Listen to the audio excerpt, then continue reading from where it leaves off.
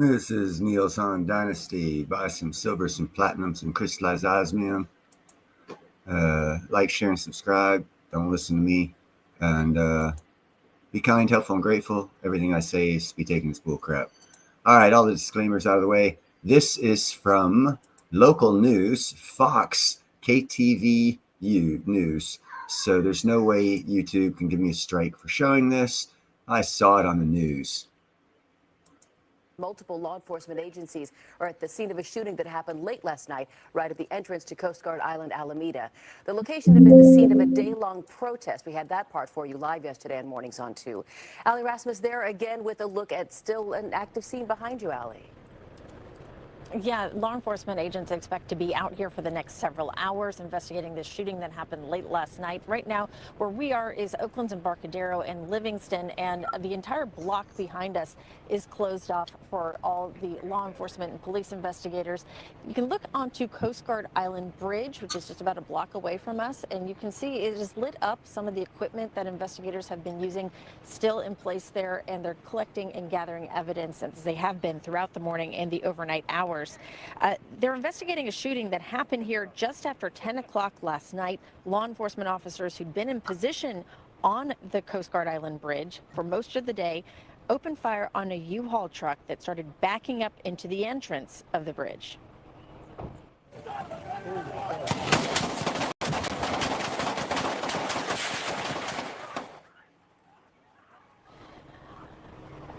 A KTVU photographer was filming as the incident unfolded. There was about 10 seconds of gunfire followed by some yelling. A law enforcement source confirms to KTVU that 2 people were struck by the bullets, the driver of that U-Haul and a second person not in the vehicle. Now, we don't know the extent of their injuries or the conditions, but about 12 to 14 hours before that shooting happened, the entrance to Coast Guard Island was the scene of a demonstration to protest the planned deployment of federal agents conducting immigration operations before the president called that off. A witness who was interviewed by police say the man driving that U-Haul, he says, was not part of the protest earlier in the day and had only arrived on the scene about an hour before. He did not interact with the protesters. He did not interact with the rest of us. He barely got outside of the U-Haul. Eventually, he broke through the barrier that we had out. He drove through the barrier that we had out in reverse and then reversed towards the Coast Guard. They stacked up, they drew, they threatened to shoot him if he went any further. He burned rubber right back at him. And that's when the shooting occurred. But by the time it had happened, most of the protest crowd had already left. There were only a handful of people still in that crosswalk leading up to the bridge following the protests, that much more active and mostly peaceful protests that had happened earlier in the day. A source confirms that the Coast Guard police are the ones who fired their weapons, but the FBI is the lead agency investigating what led up to the shooting. And just in the last hour, we've also seen back out here live, you can see some FBI agents now walking to the scene. Well, I can tell you this right now. I grew up here in America at Pensacola, Florida Naval Air Station, cradle of naval aviation, and they have 50 calibers set up on the bridge going to the Navy base. And if you don't stop, you get shot. So whatever this fool and these damn stupid Californians are thinking that you can go on, because what they're talking about, this bridge is going to an island that's a Coast Guard controlled naval island. It's federal. It's like a Navy base, basically. It's Alameda Navy base. It's federally controlled. So this guy whoever this person was driving this truck, basically attacked the American government. And personally, I think he ought to be tried as a traitor myself. But let's see what else is happening here in this story. There's some tents set up where a lot of investigators are doing their work. The California Highway Patrol is in charge here of closing off the streets. Alameda Police and Oakland Police were earlier in the overnight hours involved in closing off some of this street, but no longer.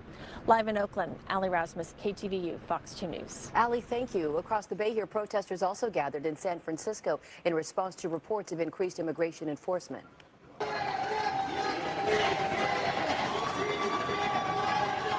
Video here from Citizen App shows a group of people marching down Market Street. The march started at Embarcadero Plaza, where one woman told us even without mass arrests, she and others needed to make their voices heard. it's all the more important that we stay in the streets and that we stay activated, because really I think an organized community is the reason that Daniel... Look at the background. That guy's got a Palestinian wrap around his neck. Man, these people are crazy in San Francisco. What this is going to do, I hope they bring in the National Guard and arrest all. There are so many illegals in Chinatown, the Russian-controlled Nob Hill, Little Italy. There's so much crime in that city. Half the elected officials might lose their jobs if law was brought to San Francisco. Hillary felt pressured to make that call, and why Donald Trump did back down in the first place. Faith, labor, and community leaders released a joint statement signed by more than 150 organizations rejecting the manufactured chaos, pain, and damage this invasion threatens to unleash on the Bay Area.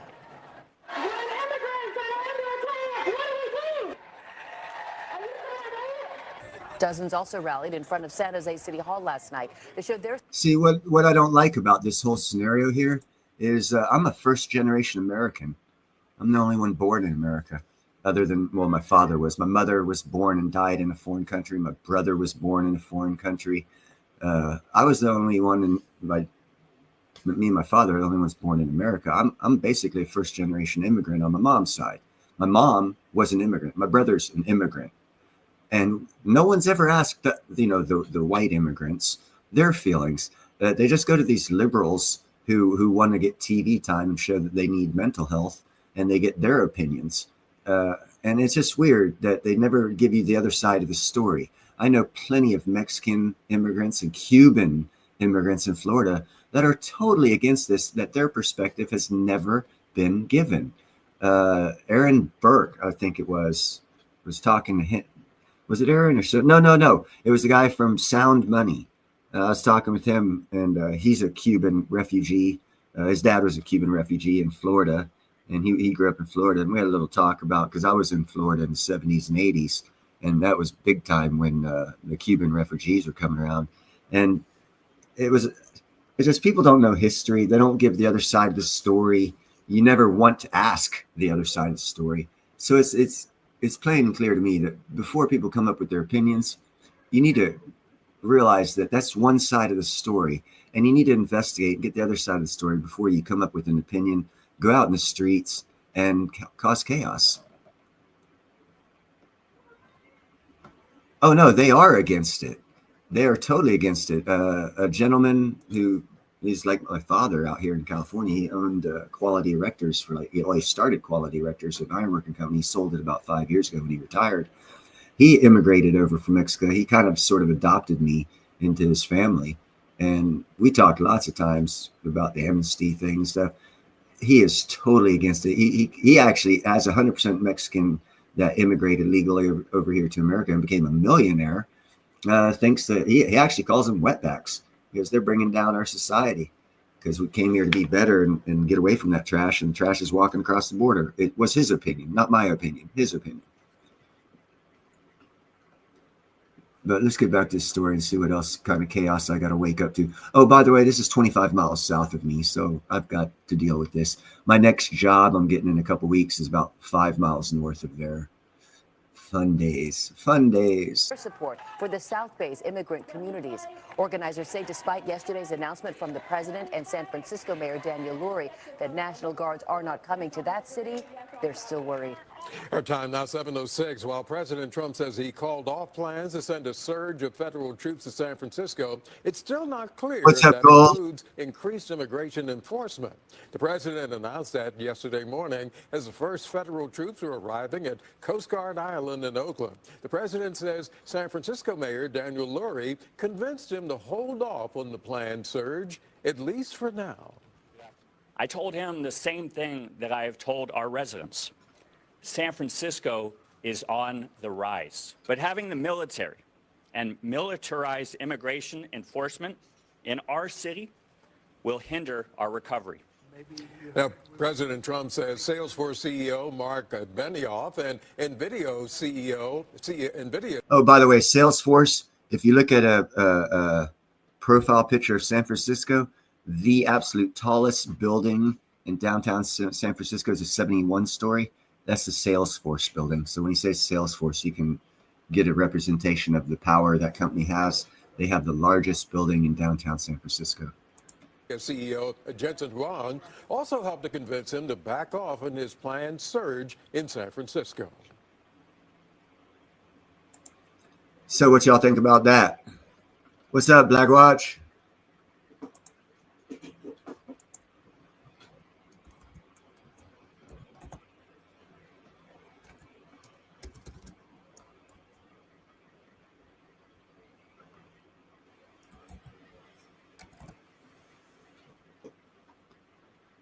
Yeah, that is a problem, GJF. I actually, like I said, San Francisco is 35 miles away. Oakland's 25 miles away. I go there not all the time. I go there. Well, haven't gone to the city for a while because of it. But when I worked in the city, they had Methadone Alley downtown in between Market and Mission. There was an alley. It's called Methadone Alley. They had all kinds of. I started a generator for a stud gun I was using on one of the high rises that was located on the bottom floor at the time on the street level. And there was piles of shit all around that thing. It was like, that city truly is disgusting. And thank you, Andrew, for the thumbs up. Yeah, please like and share.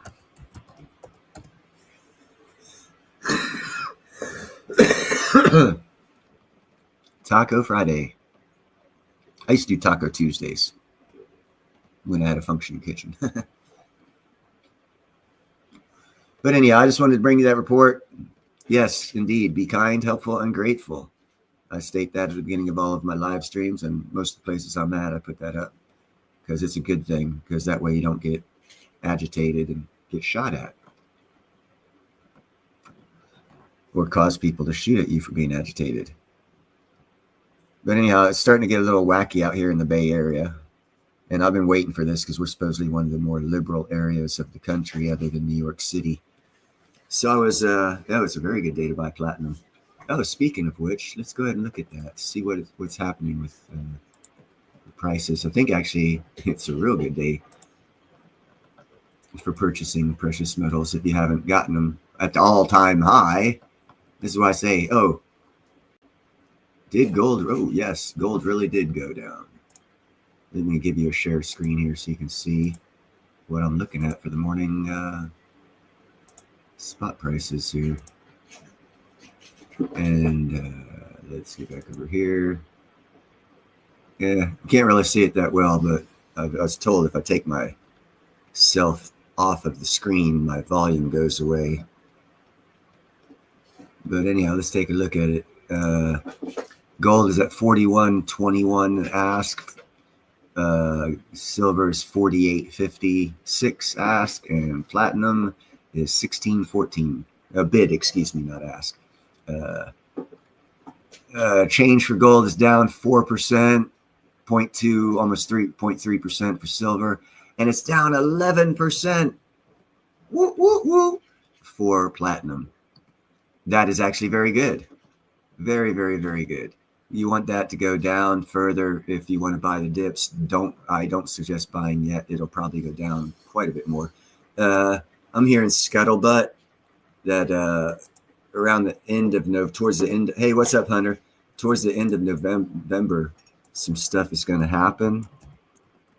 So I would suggest load up your pantries to last about at least a month, maybe 2 worth of food. And I don't know. I don't want to tell anyone what to do. Everyone's got their own life you got to live. But there's scuttlebutt that around the 22nd of November, some things are going to be enacted that have already passed that have to do with ISO 222 and also with SWIFT 2.0, which involves cryptocurrencies and our financial system, a lot of other things. So there's probably going to be some crazy things happening towards the end of November with our economy that, I don't know. It'll be interesting. I'm not saying anything bad's going to happen. All I'm saying is, take extra precautions just in case. Get extra food. Definitely before the end of this month, because EBT or food stamps is not going to be available. So if you go to the store after this end of this month, the beginning of next month, you stand a better chance of being assaulted for going to buy food. So to avoid that whole operation, load up on food now. The Monica Lewinsky Ballroom. Yeah. That's an interesting name. But yeah, if EBT, if this shutdown doesn't happen with the radical weirdo types that think that they deserve a free living, they won't be able to get their candy and sodas, so they're going to get pissed. And I can foresee attacks on people at grocery stores in November, possibly into December. So get your food that you need now to prevent that from being an option that happens to you. This is just a suggestion. I'm not saying bad things are going to happen. Heck, all these people on EBT, they might actually be happy to say, hey, I need to lose 100 pounds. I don't need all those candies. My kids don't need the sugar. They're driving me crazy anyhow and getting diabetes. So we're just going to not buy things. Don't worry about it. And they might be happy about it. I very seriously doubt it. I foresee the exact opposite happening, actually, which means that you should get your food stocks up now for a month or two and put them in your pantry, and get other essential supplies that you might need, because if food stamps don't get paid, I don't know how weird people will get when they don't get their free food, since they've never worked a day in their life anyhow. I can only imagine. You see that video I just showed you, people are upset that we're getting rid of illegal criminals to the point that they're going to attack the military. I don't know how bad it's going to get when they can't get their food. So I'm just saying, people, and that's why I did this weird early morning live stream, because things are going to get better. They'll be a lot better. But I'm actually probably going to have a job in right before the shit hits the fan. I got this is another interesting Corinthians, I think 13:16. I was sent a text by someone I don't know, told me to read that, and I read it, and it directly applied to what was happening and what I was doing at the union, basically fighting back, being a sword against the stupid. So I've continued that. I brought the guy up on charges. He got me fired, and I'm down at the hall raising hell to make sure the right thing gets done. And there's like 40 guys on the employment list, and there's going to be like 20 guys called out on a job in Berkeley in about to mid to end of November sometime. And so I'll definitely get on that job. And I spoke with the BA. I'm going to go in next week, and they're going to try and find me a week job or a couple day job before that job starts, so I have some money in my pocket. But they're starting to work with me, seeing how far I pushed back against the stupid. So I guess out here in the Bay Area, I would be called the knight in shining armor for law and order and the right thing being done in the Ironworkers Union. And I have taken the appropriate beatings, and I'm still standing and fighting back. And I think they're starting to see the political shift swing and seeing how, yes, I'm still ironworking. Unfortunately, hopefully stuff I got going on will make me enough money and funds to where I can go down to Alabama and live a normal life and get out of this hellhole. But that hasn't happened yet. I am working towards it. You can hear my cat. She's messing with her 3 brand new kittens, trying to keep them wrangled up. She's practicing lifting them up and putting them back in their area. I'm talking about you, Chloe. All that meowing. Yes, ma'am. Maybe I can give you a little scene here. Let me show you guys what I'm looking at here. If I'm working. Oh, I can. Hold on a second, guys. Wrong one.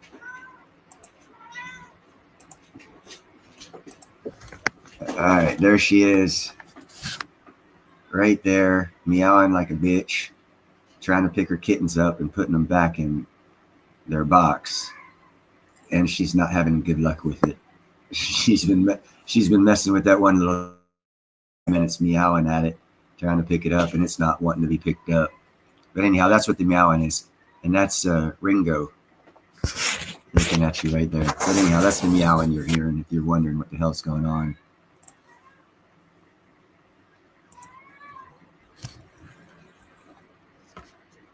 she's giving kitty class.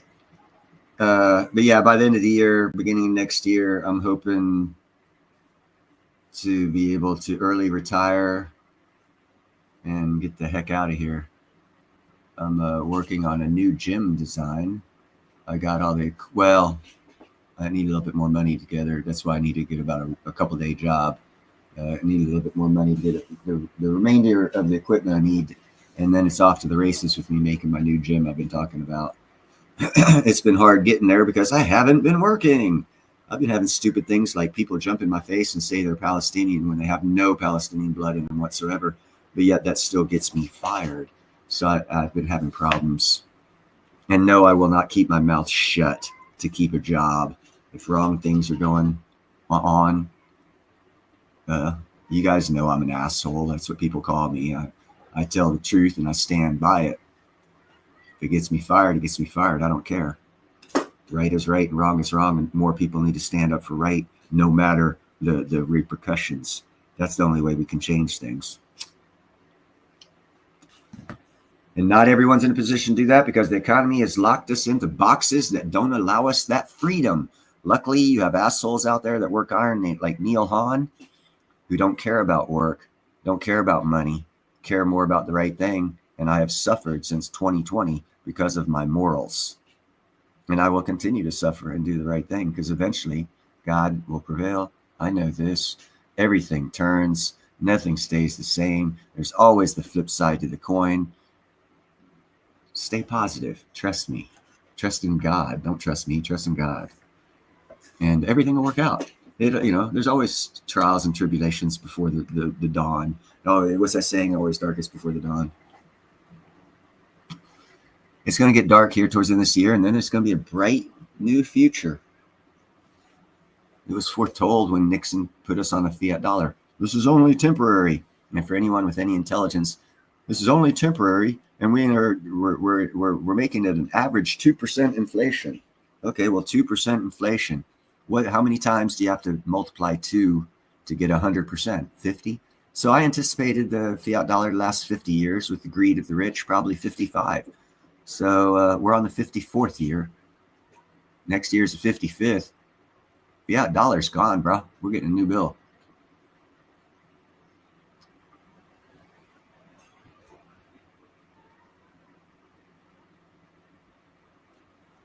Oh my God, you are with me, Silvershire. Yeah, I've got. I started ironwork in 1993, doing the grunt work, putting the bolts up, putting the steel up, plumbing up the building, welding, doing all the grunt stuff. And I've been doing that since 1993. I did try the foreman shit. I didn't like it because out here in California with the liability laws, it was real bad as they were transitioning into this new safety thing. So I just fell back into a crew and I actually do physical work. And I'm really, really good at it. Being as small as I am, I'm better than most big guys because I have a brain. And I don't rely on my body. I rely on my brain to get the work done. Yeah, they don't want experienced guys. I 100% agree with you. They do not want experience. What they want is sheeple. They want someone to do exactly what the hell they say and then kiss their ass and thank them for giving them a job. I'm sorry, I'm old school ironworker. That's the last thing I'm going to do. I got into ironworker before safety was a thing. Harnesses weren't around. Safety lanyards weren't around. Tie off wasn't around. I hear you, buddy. I hear you, Silver. You got one more year in than I got in. Similar fields. Yours is the office side of the field of which I am the work side. You guys make the prints. I do the prints. So yeah, we're in the same boat, brother. Don't rock it. Don't rock that boat. Go for early retirement and then get into a company of your own. That's the time right now. For guys like you and me, we need to get out of our trade. We need to get into something working for ourselves, take our early retirement, grab that early Social Security so we have a little bit of fucking income coming in, and then start working for ourselves and make millions of dollars. Now is the time for that to happen. Now is the time for you to think about that. Hold on. I need to put milk in my teeth.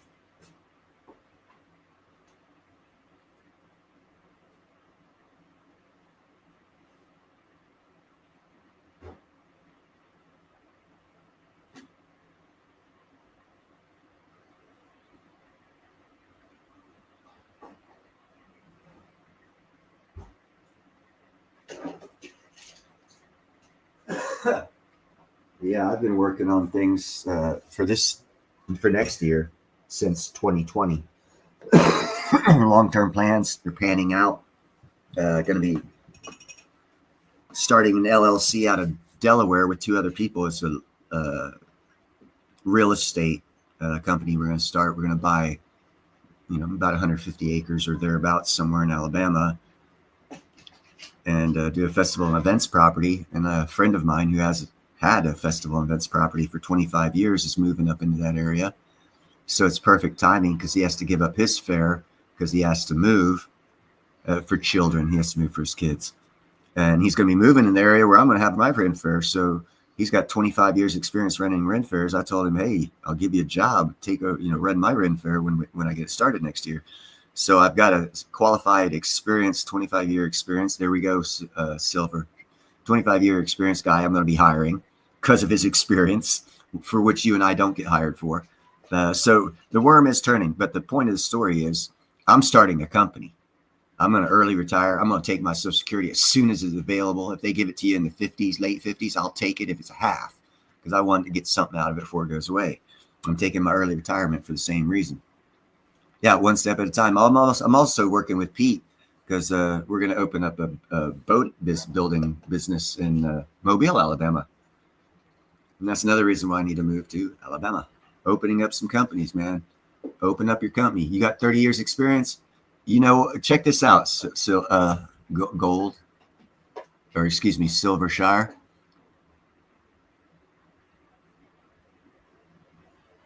$30 years.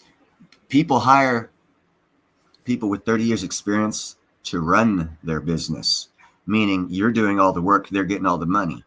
The only thing you need to do to get all the money is run your own business with that much experience. That's the difference between the people, the haves and the have-nots. With the lifetime experience that you and I have, we should easily be able to open up businesses and dominate in our fields. Or if God blesses you with some other ideas, you should be able to dominate in those with this experience. As a matter of fact, Silver, you got what? Engineering?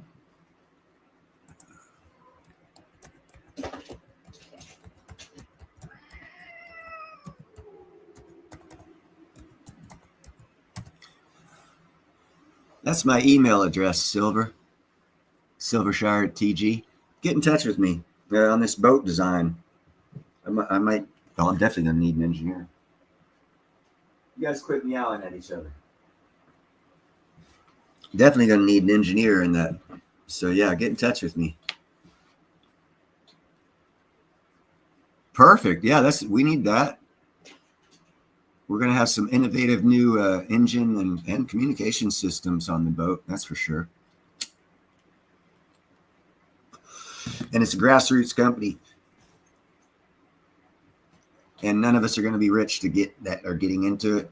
The pathway I have to make this work is from it. Totally unique. And not too many companies. Well, actually, no company has ever started out the way I'm starting this company out.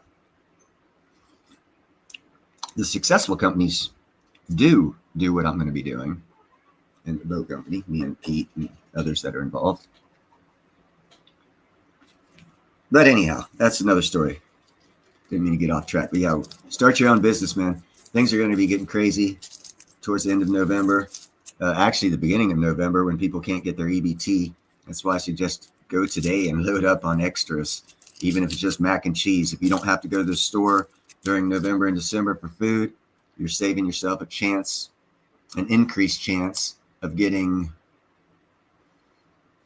mugged, assaulted, attacked, because someone who wants free food and expects free food because of their personal melanoma color. They expect free shit. They're not going to have their free shit. So however you think they're going to act at a store that sells food, I've already seen YouTube videos saying they're going to steal stuff. So if you're going to the store next month, anticipate that being stolen from, basically. That's why I'm suggesting get your food now so you don't have to go to that store. If you do have to go to that store, go with groups, a couple people. Be a little bit, don't go independently. Start thinking security-wise when going to get food. Again, EBT. There's 8 million people out there. 4 million of them never had jobs. They only produce children, and those children only eat candy bars and sodas that they get from EBT. They don't know anything else. Once that gets cut off, how will they act? And I'm not going after any specific style or type of person other than the personality type. I'm concerned about a personality type, someone who's hooked like heroin on free money from the government, and then that free money gets cut off. That's like cutting off a person's heroin. A lot of crazy shit happens with that person, no matter their color, age, sex, national origins, height, whatever they think they are, want to be, whatever. The same thing happens every time when you cut a heroin junkie off the heroin. Bad things. Free money for your lifetime from the government makes you a heroin junkie to the government for free money. So when they cut that free money off, they anticipate certain reactions to get political objectives achieved. Hello? I do not suggest violence from anyone. I do not advocate violence. That's one thing I do not do.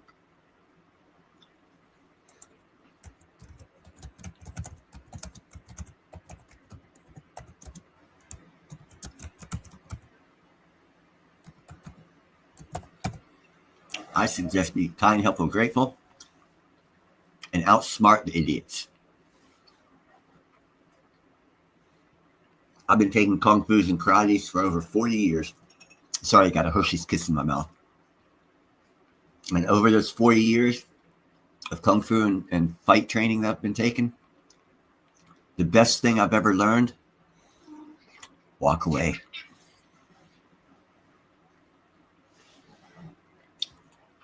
And that's only if you were unintelligent enough to put yourself in a position where you have to walk away. And what I mean by that is, you go to a bar, that's a stupid move. You're probably going to be putting yourself in a position that you have to walk away. You go to a grocery store during a time in history where people are getting cut off of their money and saying they're going to go steal shit. You're putting yourself in jeopardy. Use your gray matter. The brain is more powerful than a supercomputer. You just don't use it. There's no need for violence if you use your brain. You can not be somewhere where you think some bad things might happen just by using your brain. You can learn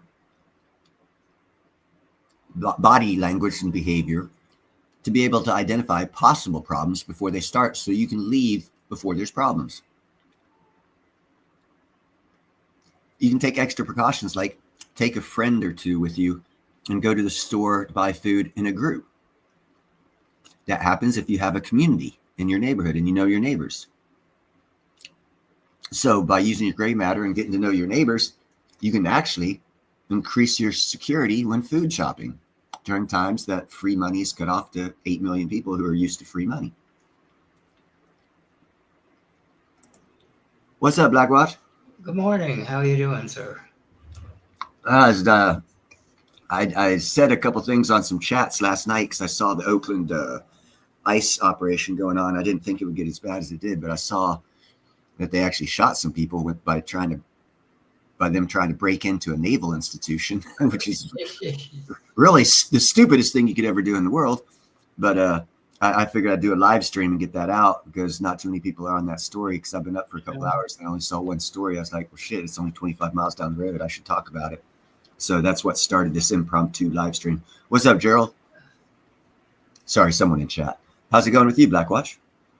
I was going to say welcome to the club. I'm not sure. I think I got the bum's rush from the channel. Indications are strong, you know? you're no longer welcome.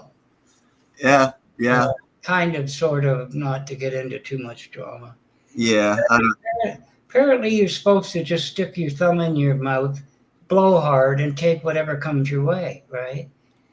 You know what I mean? So whatever. I don't.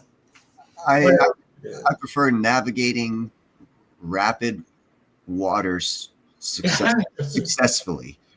Now, emotion can come into that, and I use rapid waters because you can apply that theory to any situation.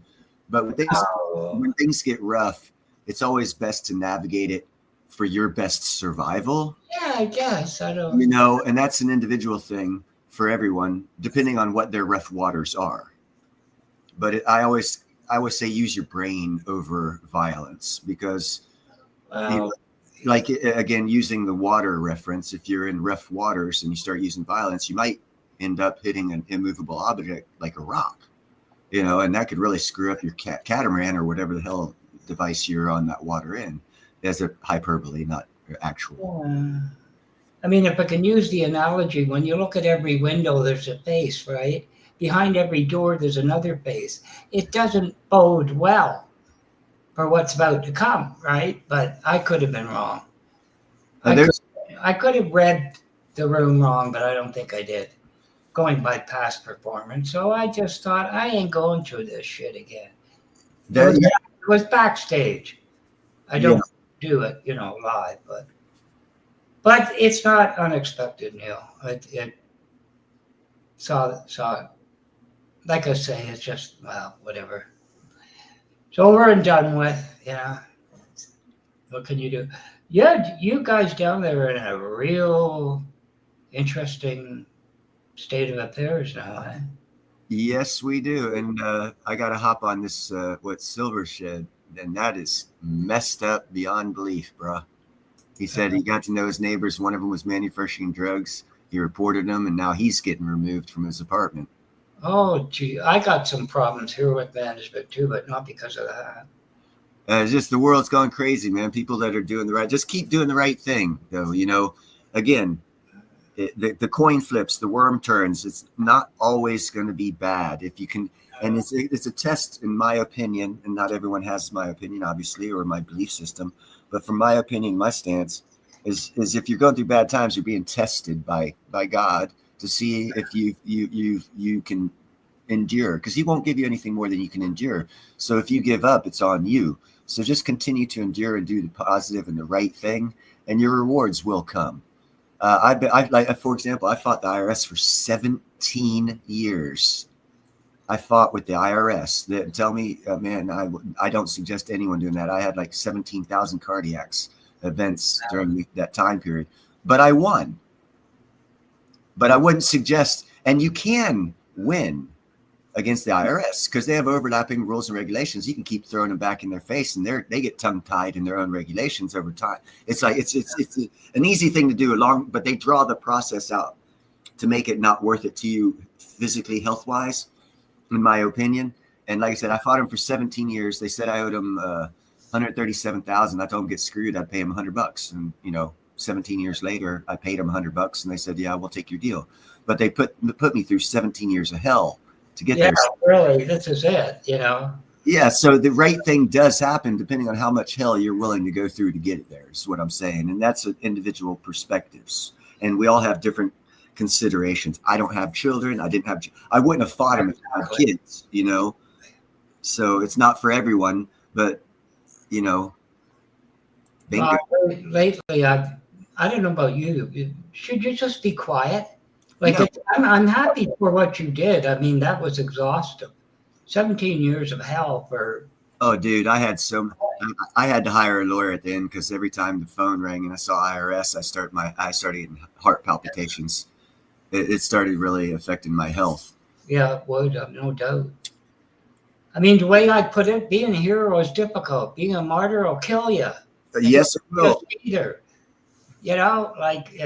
seriously.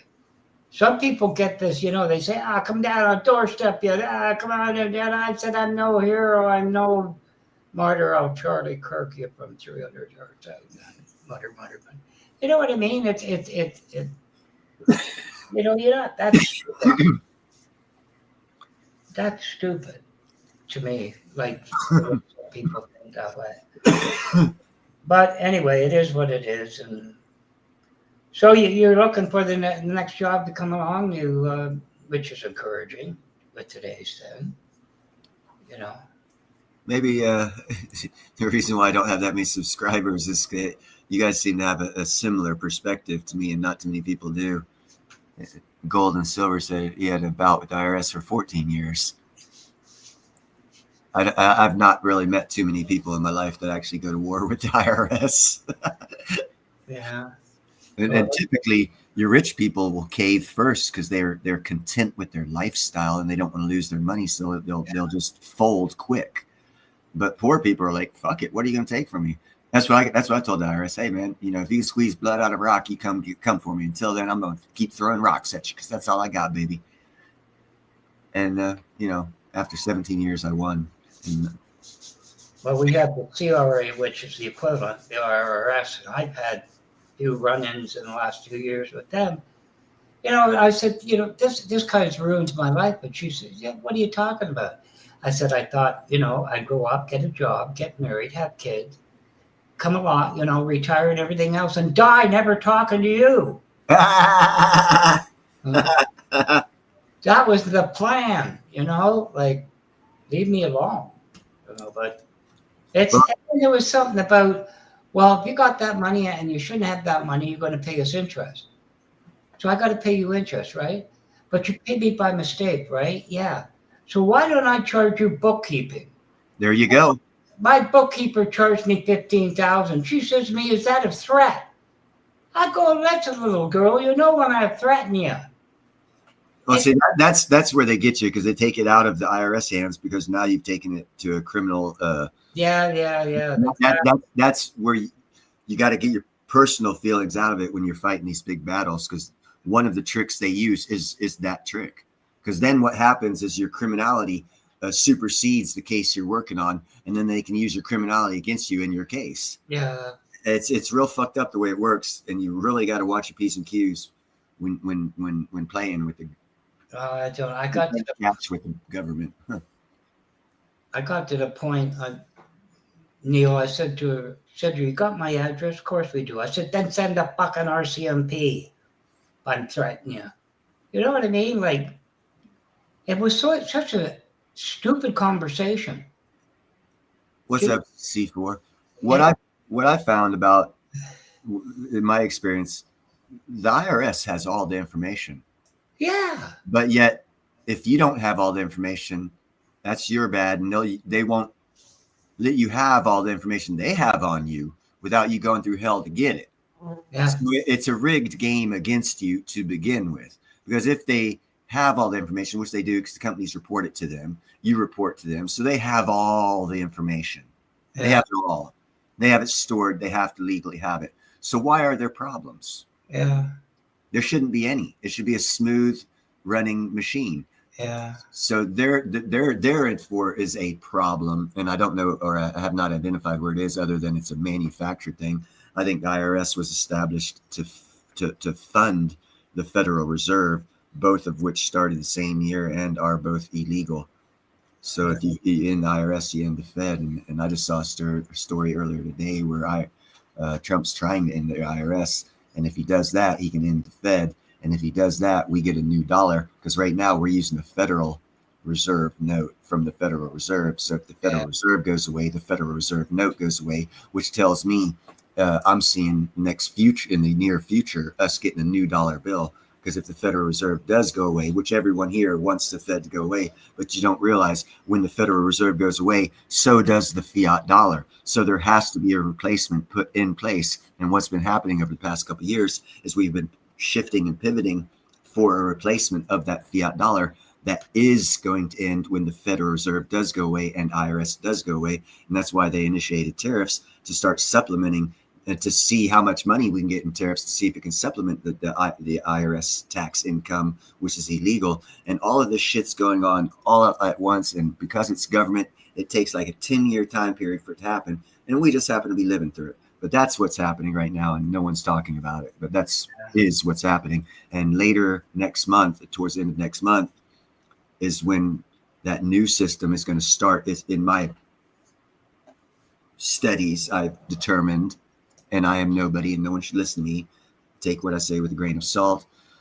From what I've learned and determined, towards the end of next month is when the start of the integration of the new monetary system for America is going to start to be implemented. I don't know what the implications of that will be for each and every one of us, but I do know that that's when it's going to start. And part of the government shutdown, that actually makes it easier to change financial systems.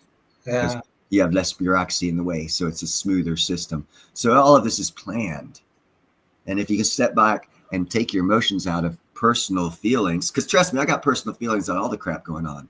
Yeah. But I'm not going to get out there and exuberate myself out there in public on these issues that they are manufacturing, because then that's going to take me away from me figuring out why they're manufacturing it and what direction they're going, so I can get a better placement for me and my family financially through this rough waters that we're going through. Yeah. And most people are letting their emotions grab them, and they're going out there and doing their thing, and they're going to get left in the dust when the financial shit happens, and then they're going to cry some more. Yeah. It's all planned. It's just people need to step back far enough back outside their world and get rid of their feelings and look at what's going on, because our feelings aren't going to change it. No. It's not going to change it. The only thing that can change is your position in it, whatever it is. I like putting an SH before the it, because it usually smells the same. I'm just curious, because we have, of course, similar things, just different names. This whole situation, is that because a budget came due, or is it normal for every year that No. if the government's closed, would this happen every time? No, it doesn't happen every time. It happens when distractions need to be put up there, when things happen. Another thing I believe, in my personal opinion, is happening is the destruction of the Democratic Party. And a new party is going to emerge in the next couple of years, and the Democrats are going to go away. And because again, in history repeats. Well, Lincoln is the first Republican. Before that, they had the Abolitionist Party. Well, they had to get rid of the Abolitionist Party to come up with Republicans. And people seem to think that, oh no, the Democrats will never go away. Well, yes, they have to. For everything to advance, they're going to have to. The Republicans eventually have to go away, and new parties come, just like what happened in the past. I believe we're actually living through that, and that is part of why the government shut down, why the world's. There's lots of reasons there's so many cycles ending and starting right now, and what's happening is those that can congeal together are forming alliances, and those that can't are forming their own alliances. And in the layman's terms, that means SWIFT and BRICS, basically. No, but I mean, maybe I didn't say it correctly. Why is all the funding going away? Would it have gone away in a year anyway and had been voted on, or funding? Oh no, we do yearly budgets. Taxes are yearly. That was my point there. Oh, yeah, no. Budgets for tax expenditures through all government organizations are done from October 1st to October 1st. Oh, that's why. Okay. That's their physical expenditure years, where they have to turn in like the Navy has to turn in its budget. The Coast Guard has to turn in its budget. The Defense Department has to turn in its budget. The Justice Department, all the government agencies have to turn in their yearly budget by October 1st. So that way they can get funded. So if the government shut down, they can do a lot of financial reorganization, change things, and possibly change monetary systems. And if you've been paying attention, laws that have been being passed, like I've been saying on my channels, look at ISO 222. Gerald Draper brought to my attention the new SWIFT 2.0, which also is in correspondence with the ISO 222. And then if you look at the economic war that everyone said we were in last year with BRICS, and then that settled down, and we got all this Charlie Kirk shooting, all these other things going on, and we forgot that we're in an economic war with BRICS, and we were losing. So what are we going to do? Give up? No, we came up with SWIFT 2.0. Yeah. And no one's talking about that. And that is going to be a thing all the allies will probably jump on board with. And it correlates with ISO 222, which correlates in with certain cryptos that have already been accepted by financial institutions around the world that are going to be in or participate in the SWIFT 2.0. And a lot of BRICS countries will give up on BRICS and come back to SWIFT 2.0 because it'll be a more fairer system. And all of this was staged, in my opinion, for the changes that are happening in the world with whatever happened in 1971 to cause us to go on to a fiat dollar and give up the gold and all this other stuff. It's all pre-planned, because from 1930, I don't know when it started. It might have been 1896 or it might have been 1933. I got a lot of numbers in my head for that time period in history. But until 1971, we were on what was known as a quasi-gold standard, which meant supposedly you could take a dollar bill to a bank and get $1 worth of gold. That's actually a lie. The American citizen could not do that. Foreign governments and foreign citizens could do that with a dollar bill.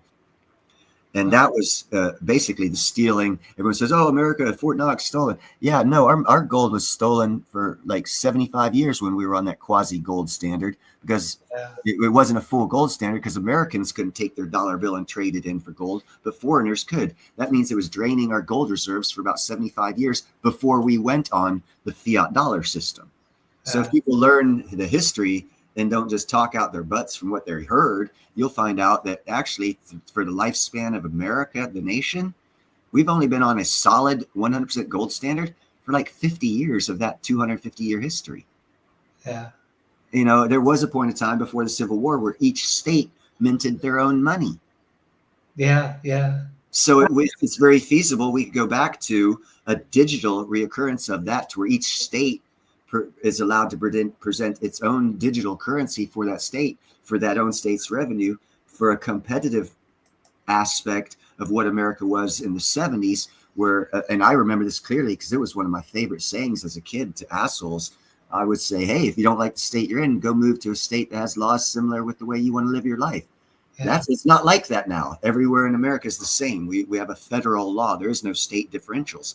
I believe what's happening is we're leaving the federalist type global scenario, going back to more of a national thing, to where each and every 50 state has to differentiate itself from the other states to attract investment, people, and everything else. And I believe we're in that transition, as well as everything else going on. And that's why I want to locate all of my businesses centrally in Alabama, because I basically want to, if what I believe is happening, I want to have a say in Alabama politics. And if I have a couple companies in Alabama that are, Alabama based, they can use that for like what Silicon Valley did in the 90s in California. Oh, Silicon Valley's growing. Everyone needs to move out here. It's the same scenario, but it's not going to be just for California or just for New York. Every 50 state is going to have to be competitive to get people in there. And what that means is it's going to be great for the citizens, because the states are going to have to lower taxes, get rid of regulations, make it easier to live and to draw people into their states. That's going to be good for us as an end game of what's going on. It's not going to happen within the next 3 years, but I see it. And by year 5 from this date, by 2029, most people should clearly see a differentiation of state laws and living styles, where you don't see that now. And again, hardly anyone online was old enough to see. And actually, I wasn't even old enough to see. I don't even know why I remember some of the shit back in 71. I was only 3, but I clearly remember it. So I'm just a weird son of a gun, I guess. But the people that were around before the fiat dollar knew how it was. Yeah. And all these kids nowadays, 30-something, 40-somethings coming on YouTube, doing their thing, talking their shit. They don't know how it was. They don't know. They don't see the bigger picture of our economy. Our economy changing from an economy that uses states that allow them to print their own money to a more federalist currency system, to even back in 1855, after the California gold rush of 1849. Not hardly anyone knows this either. The federal government stopped gold mining, because we had more gold than we had federal notes. Yeah. That was going to bankrupt our company, in reverse of what's happening now, because that's economics. You have to have a balance. Either way will ruin your economy. Too much gold, not enough money, ruins your economy. Too much money, not enough gold, ruins your economy. Yeah. So the government stopped gold mining in 1855, made massive gold mining. Then they started to re-regulate it and only allow the bigger companies the options to be able to afford to get back into it, and not the everyday guy. And that's changed since 1855. But people don't look far enough back to see the changes that have happened. It's a lot more than just what they're showing you in your face. Well, I think a lot of people know about Texas for secession, but at one time, Vermont was more or less its own country, had its own currency and everything else, apparently. Well, this is something people, I can't believe they can't see it, but we all know there was 13 colonies for quite a while. And where did they get their gold? Yeah. You know how many gold mines are in the 13 colonies? That was the richest area of gold mining up until 1849's California gold rush. Then everyone moved out to California. What happened to the gold in the East Coast and these, like where you're talking, Vermont? Oh, they just stopped mining. Gold is still there. They just quit mining and we forgot about it. We all paid attention to California and everyone ran to California gold rush, 1849. And they quit these smaller gold mines that are all over the East Coast. Actually, I don't know if you've had it happen. I get a notification, right? So you click it. And usually, you can scroll through it. You have the channel. But it goes to the next video. You know what I mean? It cuts it short. I don't know if they're short. But the point is, I scrolled it and it was all about gold. Top 5 countries with how much gold. And then apparently Canada started to sell off its gold in 1980. It was just determined that it was inequity. You know what I mean? Like it wasn't worth anything. It's better to take the money from out, and apparently we can produce 200 tons a year, which is what you said. Here's another thing that I don't think people conceive. When it comes to economic systems, I believe before the BRICS system, not BRICS systems, what is it? The accord before Basel III, there was some famous accord. Anyhow, physical gold was the allocation for leverage, physical gold. They had possession of above ground. The changing of the wording of financing, I believe now is more in line with how much gold can you prove is in the ground, and you can leverage that now. Yeah. So you don't have to have the gold in Fort Knox. No. You just have to prove that it's under your country's turf and that your country owns it. Now, having said that, one of the most gold-rich states other than California is Nevada. Yeah. Now, if you look at Nevada, it's really not a state because the federal government owns 90% of the land of Nevada. And if it's one of the most gold-rich states, then the federal government owns a lot of fucking gold in the ground. And with the new changes in financial stuff, we can now leverage the gold we have in the ground, which means America actually has $61 trillion worth of leverage of assets, physical assets that we can now leverage. So if we have $61 trillion worth of physical assets in the ground and they've changed the wording of financing and we can now leverage that, we can now leverage $610 trillion. So what's a $37,000 trillion debt? Absolutely fucking nothing. And I believe that's part of the financial change that's coming along as well. But still, you have to prove you're able to get it out of the ground because you get. And that's where you go to Greenland. And that's the argument that's being used by the whole world in not wanting Greenland to stay and maintain under Dutch control because they don't have the technology or the wherewithal to be able to extract all of that freaking resources. And that's why not only Trump, but other countries are pushing for them to sell it to America because they are incapable of getting the resources out of the ground. Exactly your point. Okay, that's why America will get Greenland. Canada just signed a $3.1 billion contract to get minerals out of the ground. Two Toronto mining companies based in Toronto. I don't know what their nationality really is. But, while Trump was yelling about Greenland, they were negotiating. So maybe they will pull away from Finland at some point. I don't know. As I stated when this all first started, what I foresee happening is, and the reason why Trump hasn't said anything more about it, because he just brought it to the attention of the world that only a country that can actually show that it has the technology to be able to extract the resources underneath a half mile or a mile of ice should be able to have control of Greenland. And he's allowing the rest of the world to figure that out, especially at this time in history where everyone's separating and they're all counting what's in their ground and they're finding out how short they are of resources and where they can get them from. They're going to require a country, whether it's America, Russia, or China, to take over Greenland to be able to extract those resources. And China's actually got a bad name in doing that because they're going bankrupt right now and have already been kicked out of most of their countries that they were on the One Belt Road Initiative in Africa, but no one's talking about that. And they've already forgiven the loans that they gave to those countries, because they had two ways to look at this and put it on their Chinese books. Is they could either write them off and eat the debt, or they could take control of whatever infrastructure they built in those African countries, for which is not making any money, and they'd have to run at a loss. And the best thing for the Chinese government to do was to write those $1.3 trillion, write it off as a loss, because if they hadn't have written it off as loss and turned it back over to the countries where they built them from, they would have had to maintain and control them under those countries' laws, and the regulations and laws of those countries were changing to be non-favorable to Chinese, and it would have cost them like $4 to $5 trillion. So they ate that loss, and no one talks about that. That's how I say China's bankrupt. They actually are. No one's talking about it. They're feeding you bullshit of other things here, there. But you can't say, oh yeah, we'll write off that 1.3 trillion. Oh, while our economy is shrinking and our population is shrinking and our boats are, I didn't want to get a YouTube strike for it.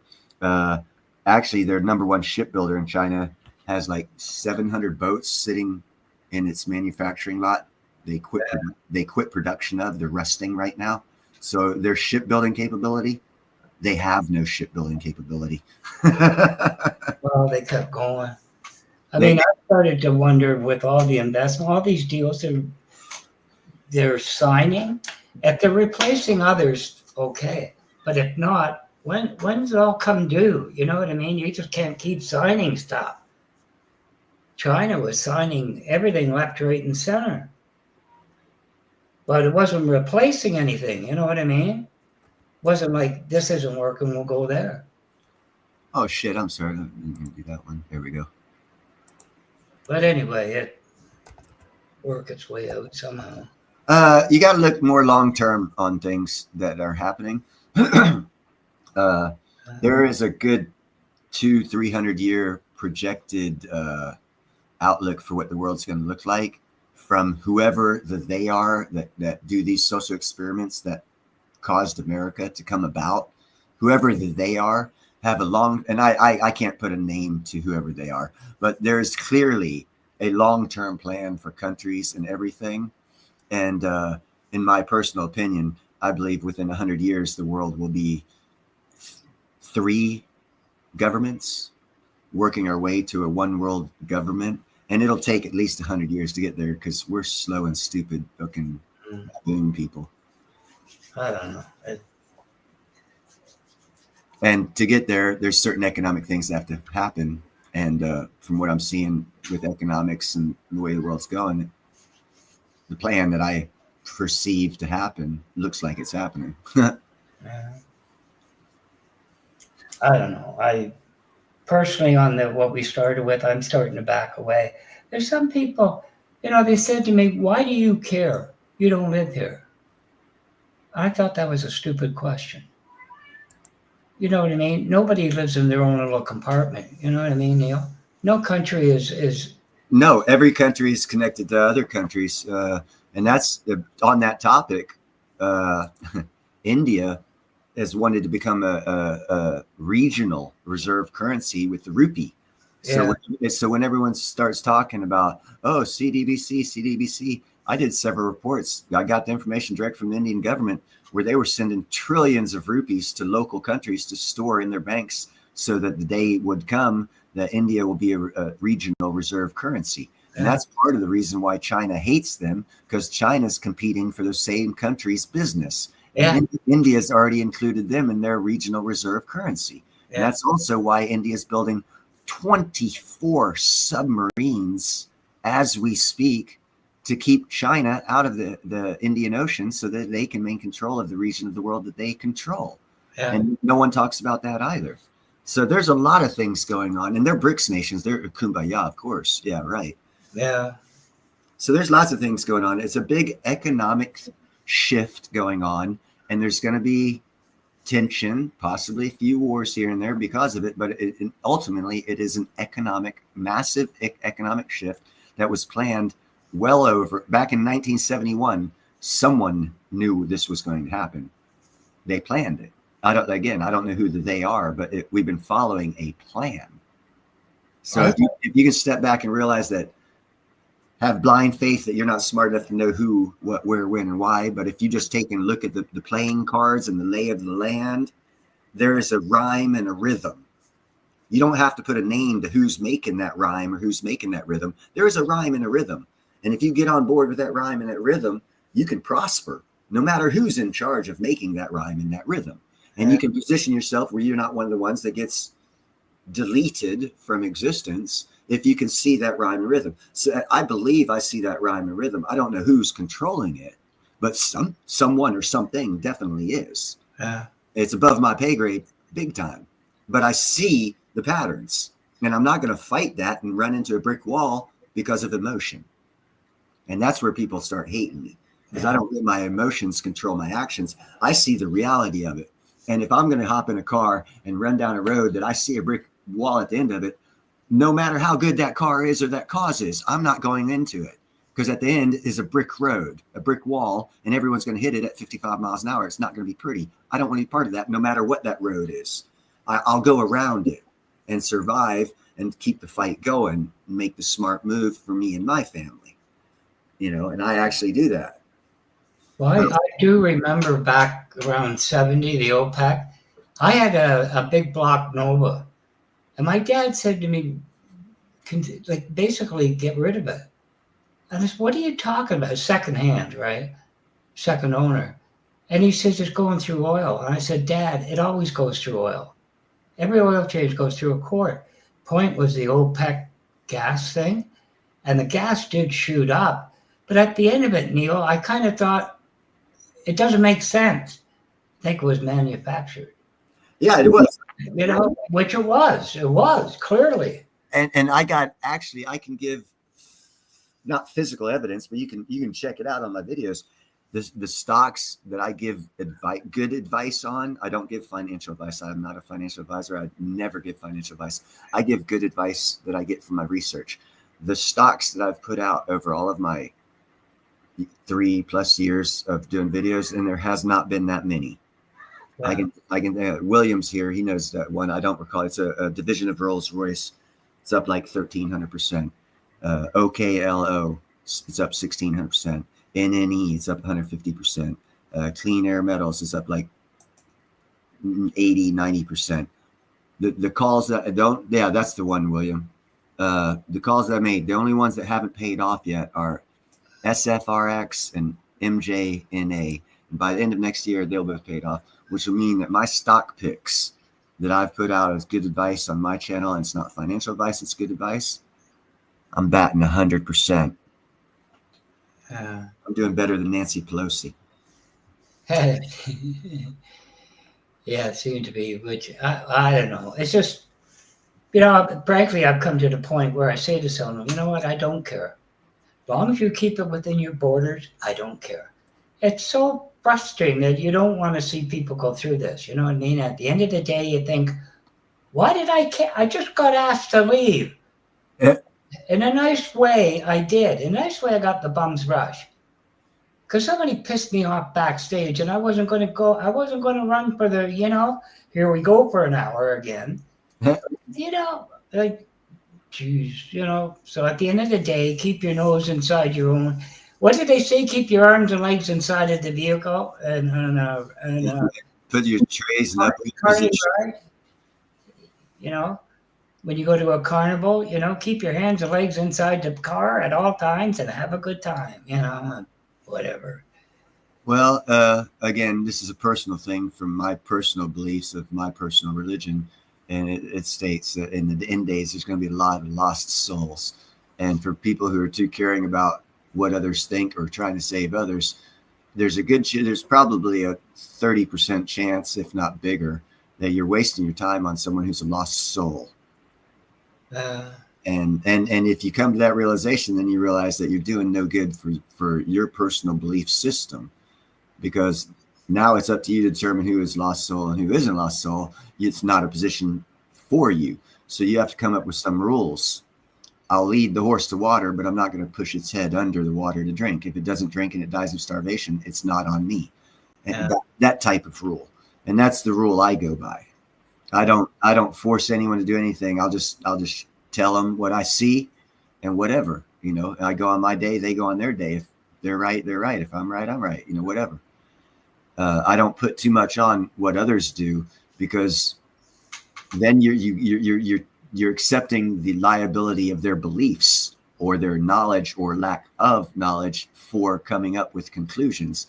And what I've found in the past 20 years is a lot of people do this thing of jumping to a conclusion without any real thoughtful expressed research on whatever the opinion is. They just jump right into it and give their opinion on whatever the subject matter is. And that's like, they're like constantly sticking their foot in their mouth. Because if people who do that over like a 3-year time period, if you record everything they say, they hate themselves. You know what I'm saying? It's like a psychological time bomb of destruction. And you don't want to be around when it goes off. And they're doing it to themselves. I've seen it. Politicians are doing it. It's amazing. They're actually bringing up videos of politicians saying things and then 8 years later doing the exact opposite and justifying it. Yeah. That's what I'm talking about. And if the politicians are doing it, I guarantee you, the majority of Americans are doing it. It's just kind of like, the light's red. No, it's green. No, it's red. And they're convinced it's red, even though, you know what I mean? It's the bottom light. It's green. And you get to the point, why did they even take this on? Do you know what I mean? Like duh. Without getting into details, that's what it's come down to. It's all about picking and choosing your battles. And the less battles you have, the further in life you'll get. Well, it's kind of like the person you're dealing with wants to see all sides. But at the end of the day, if she doesn't go along with it, she's got no viewers. You know what I mean? That's exactly, in my estimation, it came down to. Well, I'll use my channel as an example. I've been going for 3.5 years, and there's only 9 people here. I mean, Ninja's been going for 2 years, and he gets about 5 to 30,000 people, and I've got 8. And I've had a channel longer than him, So it's all about presentation. It's all about psychology. Somebody comes on panel, without getting in detail, Neil. Somebody comes on panel, we don't get along, and this person goes to rip my throat out, right? And then I'm accused of having hatred because I stood up to it. Like you're making excuses for somebody to come after me, and that's okay because that's that personality. At that point in time, that crowd that's allowing that to happen shouldn't be a crowd that you would want to be around for allowing that type of thing to happen without seeing the asinineness of that. It all comes down to Magna, quite frankly. It's not, no, because I didn't vote for Trump and I didn't vote for Harris, and I got visual. I'll go through my records here. I got visual proof of who I voted for. I have a mindset of merit-based. I always have. That's why I don't get along with a lot of people. I don't care what you look like or what you do, or I do care what you do. I don't care what you look like or what your belief system is. That's on you. How you treat others is all I see. Yeah, and that's merit-based. And let me see if I can't find this picture. I voted for myself. The way I always did in my life, there was no liberal, conservative, or in me. It's whoever I thought could do the job, and you looked at it, you thought, that's where I'm going to put my money on that bet and hope they do it right. For that term, I don't know. It's only been recently. It's been for political advantage that's changed, and it's done that intentionally. And again, if you take a longer look back at history, you'll find out it's been going on for, let's see, 60, 70, 80, about 90 years with one party has been selling a lie. And everyone who's not older than 90 years, if you don't seriously look at history for that long of a time period and a specific political aspect of history, you wouldn't see it. So you've got to have a dedicated research tunnel to be able to even notice this. But there's one party that has executed the most perfect racist strategy against the nation, and they've been very successful. And we have accepted it as a norm. and when it's actually wrong, and it's being called out right now, and a lot of people are getting butthurt over it. But if you have a longer term view of history and see the actual facts, I'm sorry, but every argument that this one party's making is racially based in its concept, which in fact is illegal, but yet they still created laws based off of that, which is illegal, and they're being called on it. But because people are getting free money because of those illegal judgments, because of the improper perspective used on making laws out of those improper views, the people that are getting free shit they're actually now financial slaves, which is what they bitch about being 250 years ago. But they don't have the foresight, or they don't want to, because anytime you get free shit, you don't want to it stops. You don't look at the reasons for it. So I can see where they'd be bought off and not wanting to know the truth, because it's an innate human, non-color, non-age, non-religious, non-sex thing. Everyone likes living a free life. If we could get it, we'd all enjoy it and not fight it. It's just a matter of what our sellout point is. So you can't blame any one in particular thing, but what you can do is you can blame the lack of character or merit of the person who accepts that style of life. And so I've always based if I have to make judgment, it's based off of merit and not looks, feelings, desires, beliefs. It's off of who, what, when, where, and why. Fact shit that I can validate physically in front of my face, not what someone else says. Oh, I know. It is like I said, it is an unexpected. That's a shame. Too bad. Well, I've been me in this neighborhood for 22 years, long before Mega came along, and I still have the exact same attitude and actions that I had 22 years ago. So if people want to label things to get certain objectives achieved, that's cool, but it's a fallacy, because it's about 40% of our nation was Mega before Mega came along. They just didn't have something to rally behind, but they had already been pushed out and were being taken to the extreme used wise. Most of the people in rural America were getting sick of being run by cities who don't understand what having a dog is and not have to pay extra rent for just having a dog.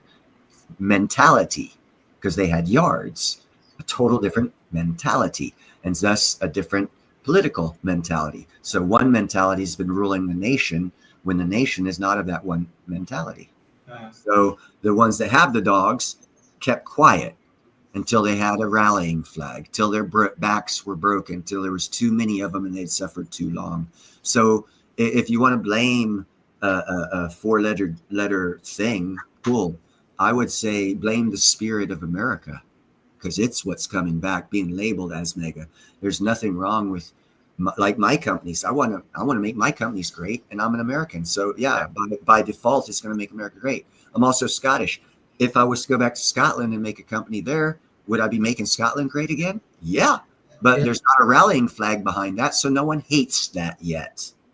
But they want to make their country great too, because they broke away from BRICS before England and Great Britain. They're trying to try 3 different times for referendums to break away from England to be their own separate country. So they're making strives for make Scotland great again, but no one's throwing up that rally flag. But once someone throws up that rally flag of make Scotland great again, they'll be hated, even though the spirit of making Scotland great again is there now. There's just no target for people to attack them on. So if they have a flag like a make Scotland great again, they put a target on them, and then everyone call them racist and all this other shit, misogynist and everything else. So, you got to look at the psychology of everything that's going on and make sure you don't fall into that trap.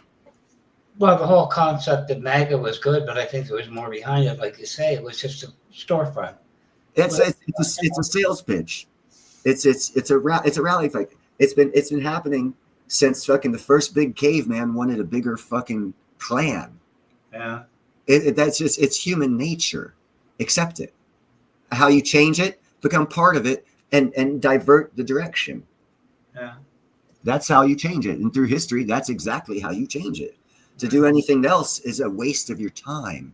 And when you're wasting your time, that means someone's stealing your money somewhere.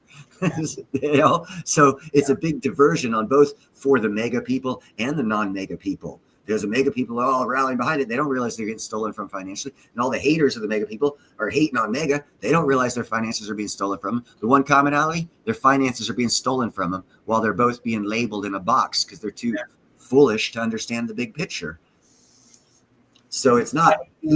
I like using it's Yosemite Sam and Bugs Bunny. Them, they. Yeah. It just really comes down to, Neil, the social investment. I mean, these points don't really matter. Everybody disagrees on something, even intensely. But it's like an investment of over 5 years. And I feel like after 2 years, I saw this coming. You know what I mean? And it's kind of like the spark that hits the fire, kind of something, keep going, and then you sit here and you go, I just blew 5 years of my life. Not all of it, mind, but, a portion of the social thing. I knew this was coming, but I guess we do that. I don't know. I just, duh. But anyway, it is what it is. It is what it is. Yeah, as who was it just pointed out that I'm on the silence list. Silvershire TG said I was on the silence list because I put out what they label as conservative, and they do that so that they can put you in boxes and marginalize you. When in fact, I am not a mega, and because to be a mega, wouldn't you have had to vote for Trump? Pretty much, yeah. Okay, I didn't. I didn't vote for Trump. I voted for Neil Hahn in 2016, 2020, and 2024. You want to know why? Because I saw this coming. The psychology of what they're doing. This saying that I put, hold on, let me get it going here. That right there, it's in the chat right now by Silver Platinum Crystallized Osmium. Put one in the chat if you see that everywhere. Everywhere I go, I only put that. The reason behind those words, it's a simple, non-binary, simple words. It's psychology. Yeah. And I understood the psychology back in 2016 with what the Clintons were doing and everything, and the Bushes, and I understood all that. And then I saw Trump coming along. I was like, oh my God, I don't want to be labeled. I like what's going on, but I don't want to be labeled because I can see right now what's happening. How do I stop this from happening?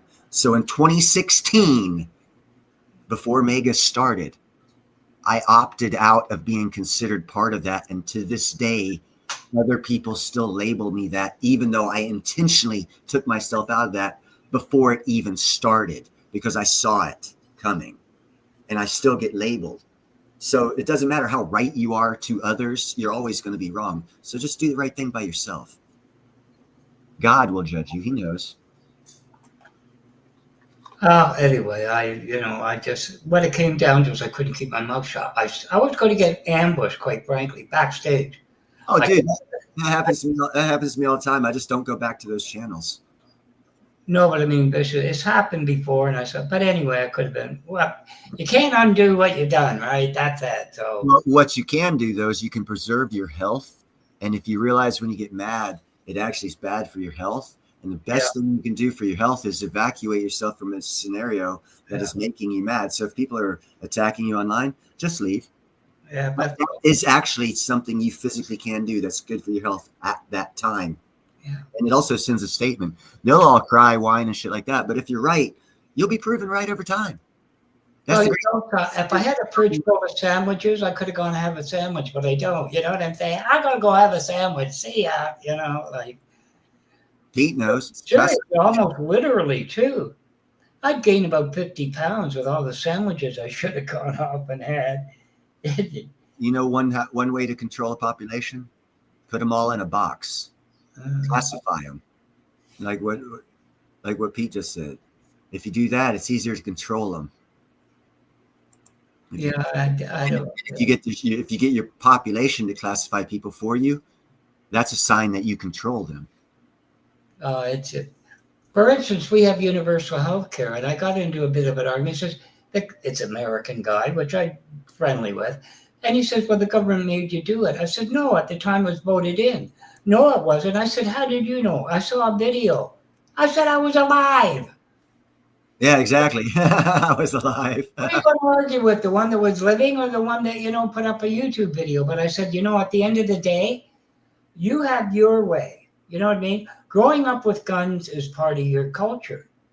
It's not mine. So we'll never agree on it, right? Like, agree to be different. That's what makes the world go round. I want to know when personal belief systems became public, because that's what's disrupting us. Back in the 50s, Democrat Republicans loved each other because you didn't talk about politics. Yeah. And I recall. And Baptist and Catholics got along because you didn't talk about religion, because both of those are personal choices. If you want to put your personal choices out to the public, expect shit, because half the people are going to disagree with you. And somehow they got that going in America. And I opted out because I saw it coming, and I still am in the fucking dumpster with everybody else, even though I tried to stay out of it. Yes, you can't. Not today. No, that's exactly right, because not enough people are understanding of the bigger picture. No. And that's the big shame, because those that are understanding of the bigger picture will eventually have some control, because if you see the bigger picture, you should be able to maneuver yourself in positions. Pete, we should move ourselves in positions to get companies going and gain power and control and be able to make the change that needs to be changed that we don't like seeing going now. Yeah. I don't know, whatever. In one way, this would bother me a couple of years ago. Now I'm almost so what, you know what I mean? I just say be kind, helpful, and grateful, because you got to sleep with you at the end of the night. And if the last thing you think of when you go to sleep is an argument you had, you're not going to have a good night's sleep. No, I kind of just like, okay. Water off the duck's back, everything except for unless it personally involves your scenario or it's going to increase or decrease your scenario. Just let people talk. It's only talk. Yeah. Here's a saying I'd love for kids to use again, but they refuse to. Sticks and stones may break my bones, but words will never hurt. Yeah. But I'm talking about the social investment. But when I look at it, Neil, like when it first came back at me, because I was waiting for it, I thought, is it going to be quiet for 2 days? I thought to myself, what could I have done differently? Now that I'm whatever, which I was calm, what would I do differently if that happened, if I was right? And I thought nothing. So I'm not going to worry about it, because didn't matter if it happened next week, next month, next year, or 2 years ago. I would have done the same thing. This statement Tom made is another example of a non-mega being labeled as a mega because of a belief system that was around America before mega came along. I totally forgot about Ross Perot. Yeah, I did vote for Ross Perot. I was going to vote for Ross Perot because he was a businessman, but he got shammed big time, Ross. And at that point in time, I knew there'd be no good politicians because the mainstream media would chase them out of the race by going after their family, which is what happened to Perot.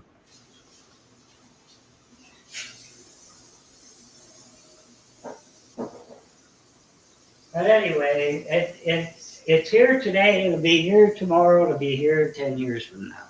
Same thing. No, things change. If it wasn't here in 1950, it probably won't be here in 2050. Well, that's possible. But whatever. Well, our economy's changing. We're not always going to be a slave nation relying on China to send us goods for us to buy from them. It would be stupid as hellfire for us to keep that going. So what's going to happen, since we got $17 trillion worth of investments coming into America to, mega America, and bring manufacturing jobs back to America, our whole economy is going to be shifting back to what it was in the 40s and the 50s and the 60s. We're shifting back to a manufacturing nation, and we're going through the economic pains of being a slave nation, of buying other people's goods, letting our cars go be built somewhere else to increase someone else's wealth. All that's coming back.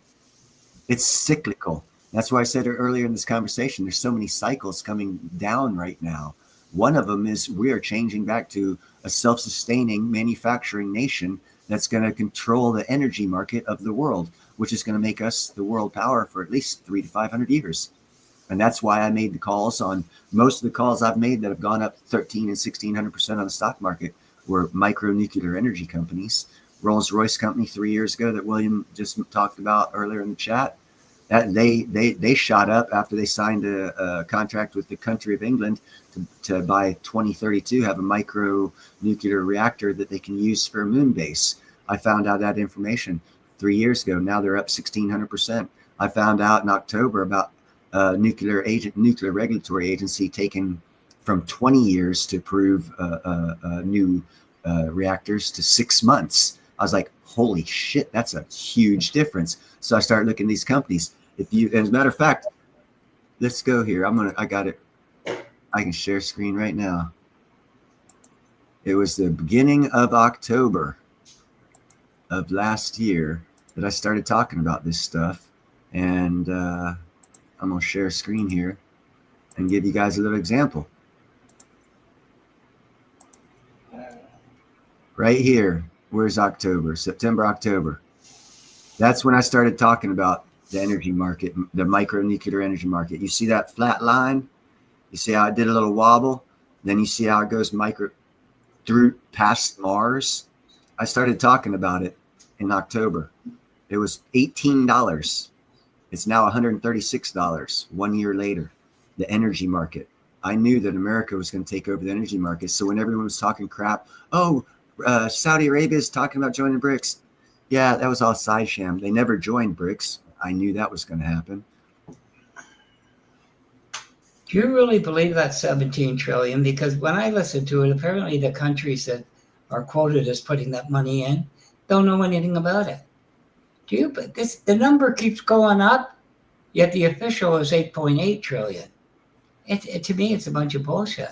Well, yeah, 8 trillion is a bunch of bullshit. I mean, 8 trillion couldn't help America's manufacturing at all.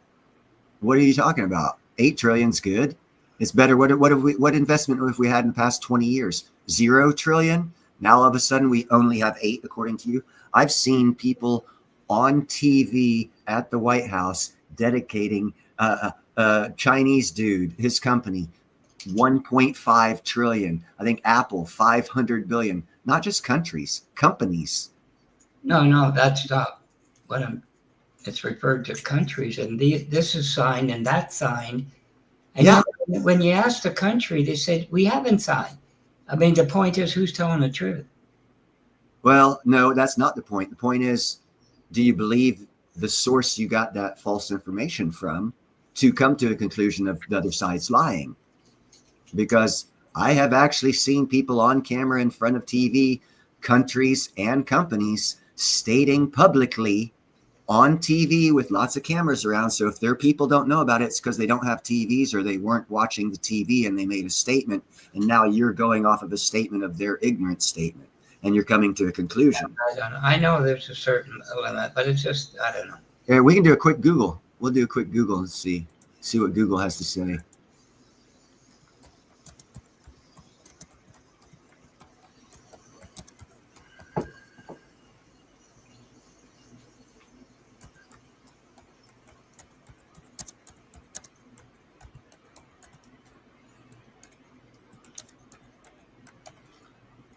All I did was ask how many countries are investing in America now.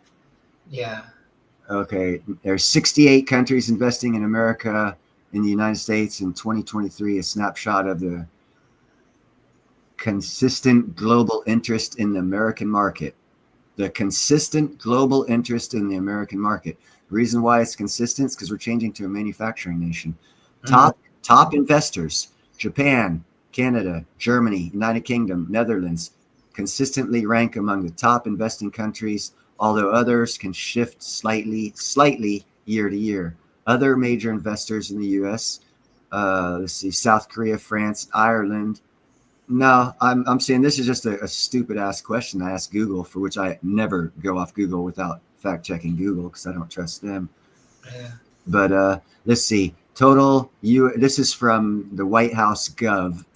And I'll go ahead and share screen so we can all see. Nope, that's not the one. That's share screen right there. Share screen. Investment White House. And let's see. Companies, AEU foreign investment, 1.4 trillion. This is on a government website, 1.4 trillion. Qatar, 1.2 trillion. Japan, 1 trillion. So right there's 3.6. Yeah, at Apple's, you got 4 trillion right here. These guys are going manufacturing. Apple's doing technology. Saudi Arabia, 600 billion for manufacturing of technology. And all these are of aerospace. Ooh, there we go. 1.4 trillion. They're doing technology, aerospace, and energy. These are being invested that the government says, our government says, so the governments of the people you're talking about have to know about it. EU, 600 billion, various sectors. Open AI, Oracle, 500 billion. NVIDIA, 500 billion. India, for manufacturing, for mutual trade expansion, 500 billion. South Korea, 400 billion in energy and environment. And then you get to the smaller amounts of just hundreds of billions. But let's see, just going off let's start with the easy one here. Is it total? 2, 3, 4, 5, 6, 7. That's just 8.8 trillion. Oh, there it is right there. 8.8 trillion as of today, with another 8.8 trillion promised over the next 3 years, for a total of 17 trillion. All of these countries here should be aware. All of these countries and companies should be aware that their country is investing lots of money in America for technology and aerospace, technology and manufacturing. Basically, manufacturing. Top 5, 4 of the 5 are manufacturing. So yeah, I'd say you got, let's see, 1, 5, 2, 3. You got $5 trillion going to American manufacturing infrastructure coming to America. I'm thinking we're going to be a manufacturing country according to the world. Of course, we Americans might be wrong. We might be slaves for the rest of our lives, and the rest of the world think that we're just going to be a manufacturing nation. But being that I've been an iron worker for so many years, I pretty much guaranteeing you work's coming. Yeah. And when work's coming, that means America's building. So it really depends how you're looking at it, because there isn't that much invested at this moment, because some of it's futuristic. That's my point. No, the futuristic stuff is the other 8.8 trillion. That's money that's already come in. They're actually building right now. That's my point. That's what makes the 17 trillion. Yeah. Yeah. So anyway, it's just, whatever. Well, all I can say is that the past 20 years, never have we had that much money flow into America for manufacturing. Matter of fact, never in the past 20 years has that much money flowed into American manufacturing.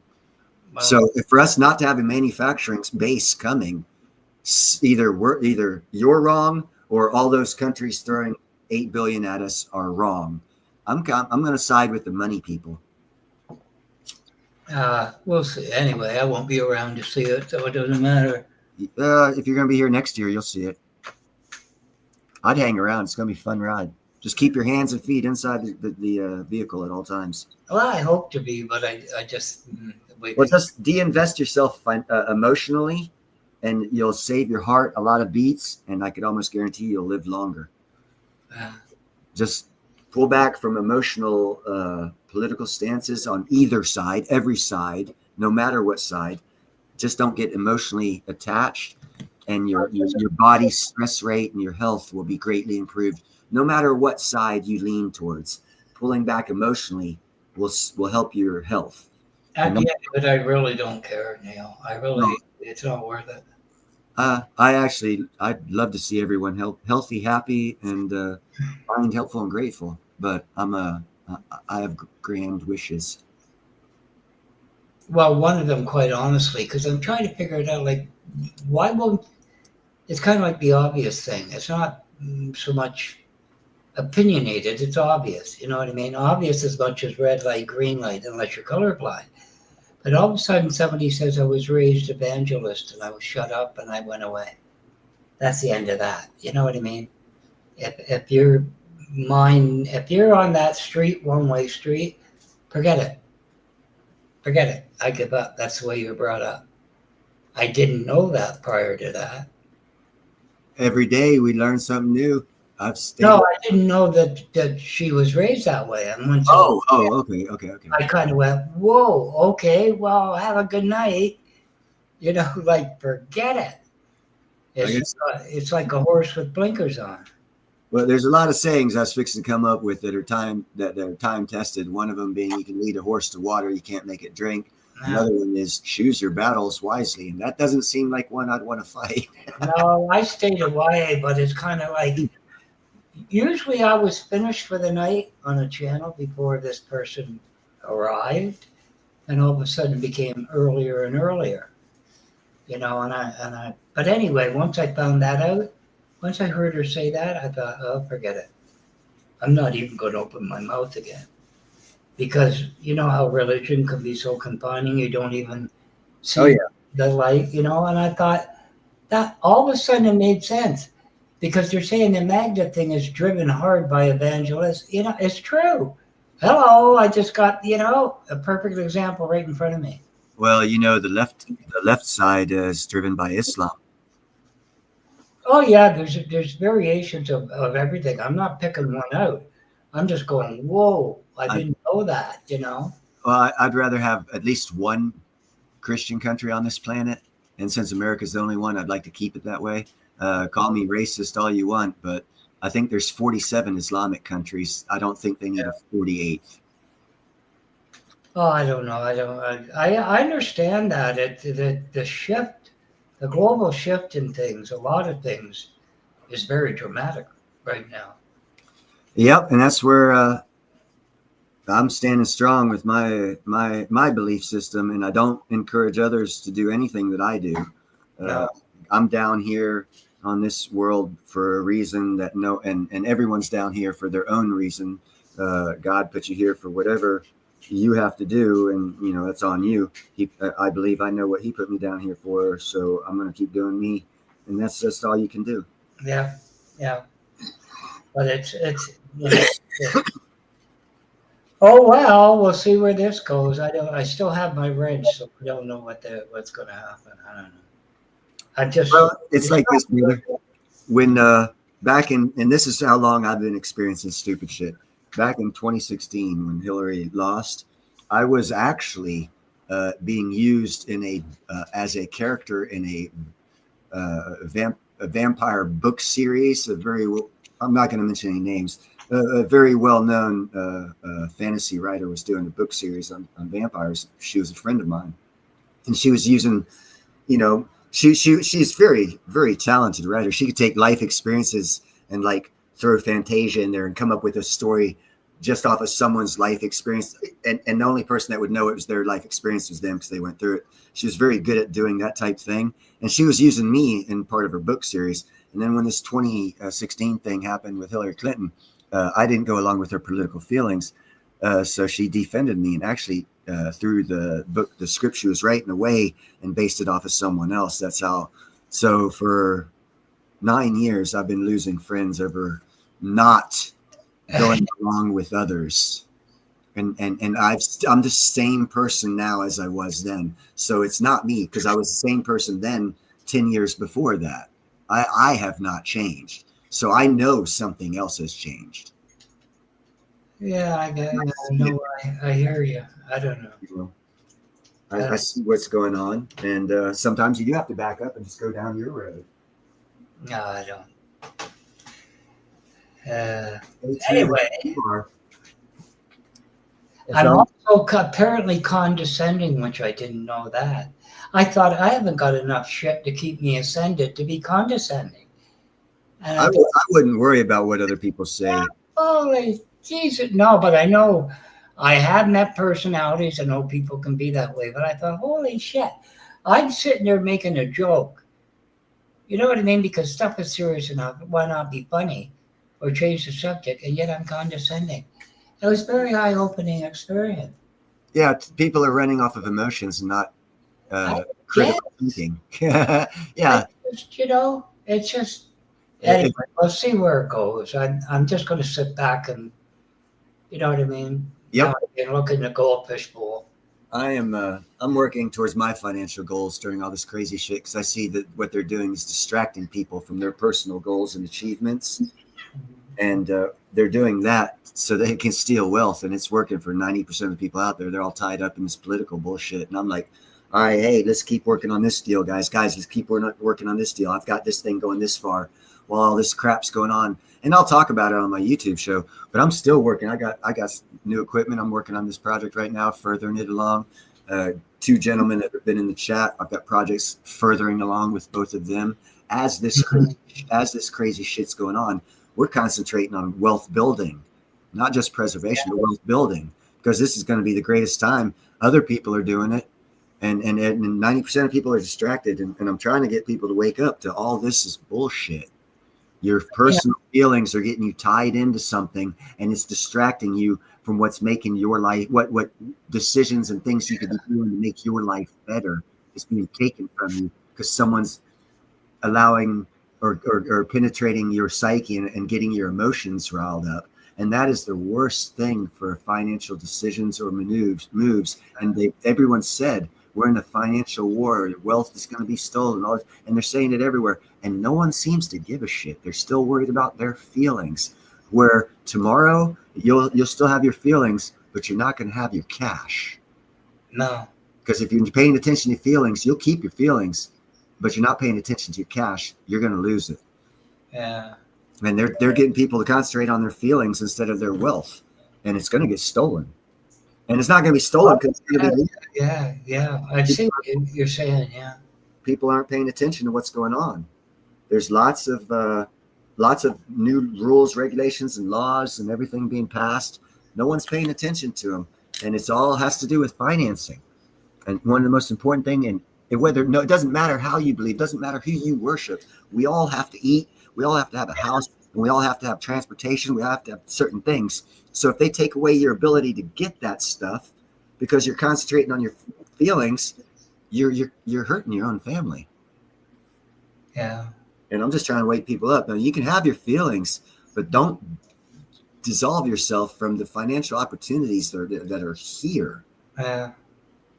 And an encouraging note: once you have more money, just like who's that chick who keeps Greta, that little 13-year-old girl, she's got a lot of money, but she has no common sense. She's always on the news letting us know her feelings, but she's got money. She can haul herself out of jail. I don't know if the other people were able to pay themselves out of jail last time she got arrested, but she was able to because she had money. So if you earn money, at least you'll have the money to get yourself out of jail if no one likes your feelings as you talk about them. So earning money right now would be a better thing to do than, get riled up with personal feelings, because there is literally people out there stealing your fucking wealth. Yeah. No, it does. That's the point. If you look at some night, the political figures are taking this money, that money right out in public, and you're going to go, holy shit. Have you ever considered maybe you could do that in the background yourself? You could make more money through the circumstance.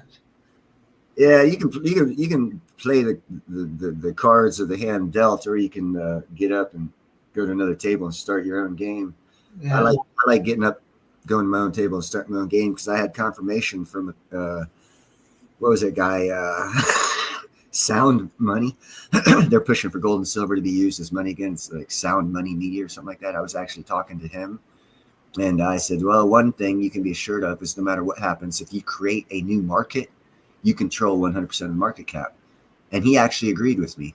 So what I'm doing is, and have been doing, and coordinating with people during this whole boofangle that's been going on when everyone's concerned about their feelings. Yeah. I'm getting things started that are going to create new things and allow us to control the market cap, which means we're going to have all the money.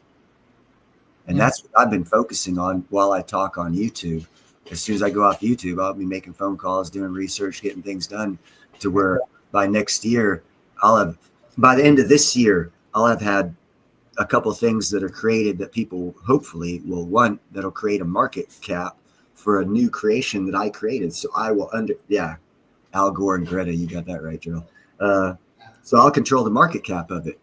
So I'm going to be wealthy just off of that one thing, because I'll be the controller and creator of this new thing that's going to be coming out, because I'm the one creating it.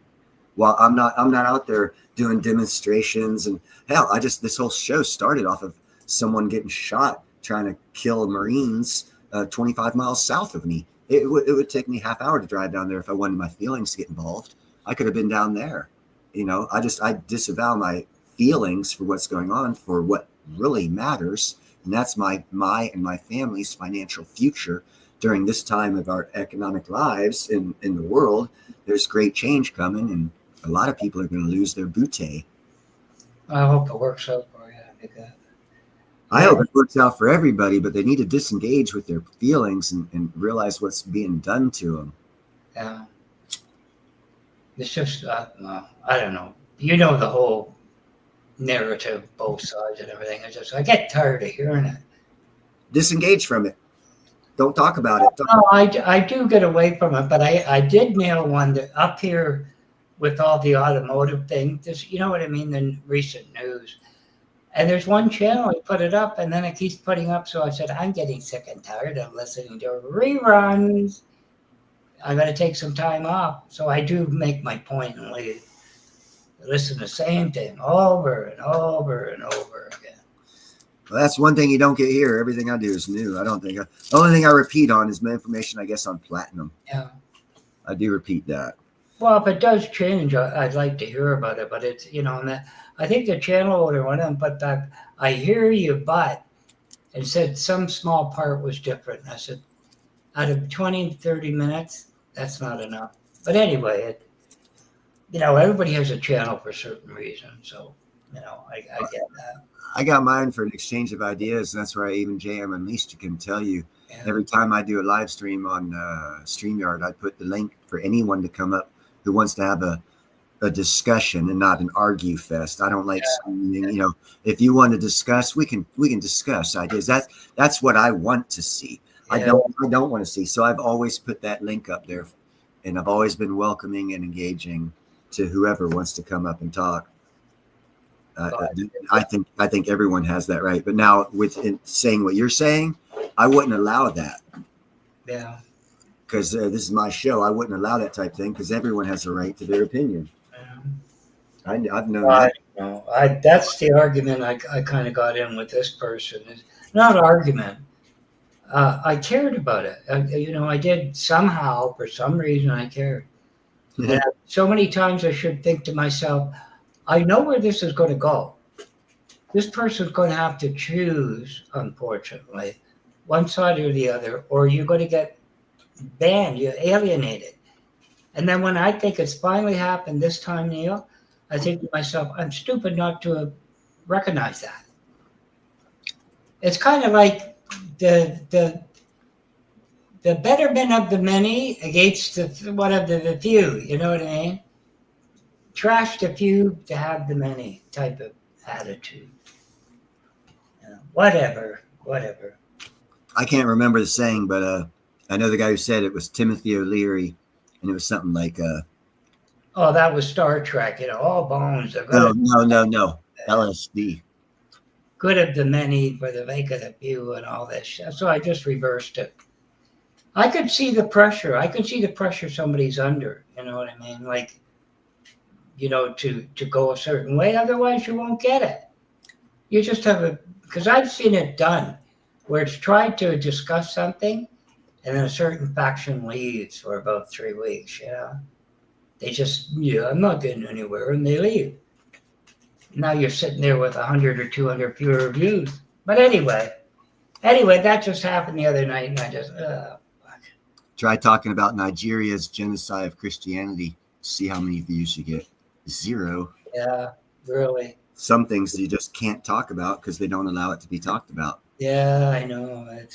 Same thing happened during the Clinton administration. I believe I don't remember it was like Chechnya, Herzegovina, or something like that. It was a Christian-Muslim war going on of a generational retaliation, and Clinton backed the Islamic side and allowed the Christians to be slaughtered. I was like, wow. And no one talked about it in the news. I know there's general things, but I look at it, Neil, as the cost of food and things. For the everyday person to get by. And it's getting so ridiculously difficult. Yep. Something, you know, that should come out. Everybody wants conspiracy theories to come. I want to know why a head of lettuce at one time cost me $5. I'd like to know that. It's lots of reasons. Yeah. It was called centralization in Wall Street from the 50 state nation. and they decided they wanted all the money instead of your local area. If you look at how economics works, I did a show on this about Norway. If you go to any city in Norway, there are a lot of wealthy people in each and every city doing the same jobs as the other people in the other cities. The reason being, they don't have like an interstate. They can't share goods and services because of their geographic location of their country and their cities.